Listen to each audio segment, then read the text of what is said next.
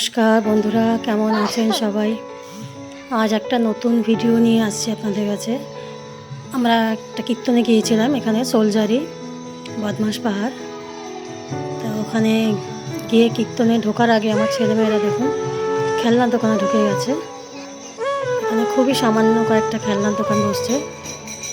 এখানে প্রত্যেক বছরই কীর্তন হয় 3 দিন ধরে, দিনরাত খাওয়া দাওয়া চলে, সবসময় নাম কীর্তন।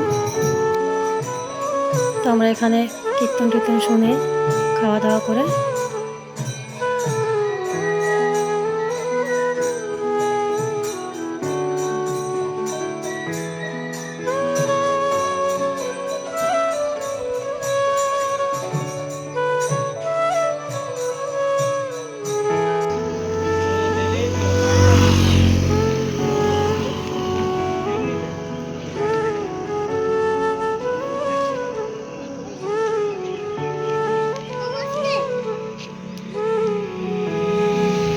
বেলা 3টে নাগাদ বেরিয়ে এসেছি।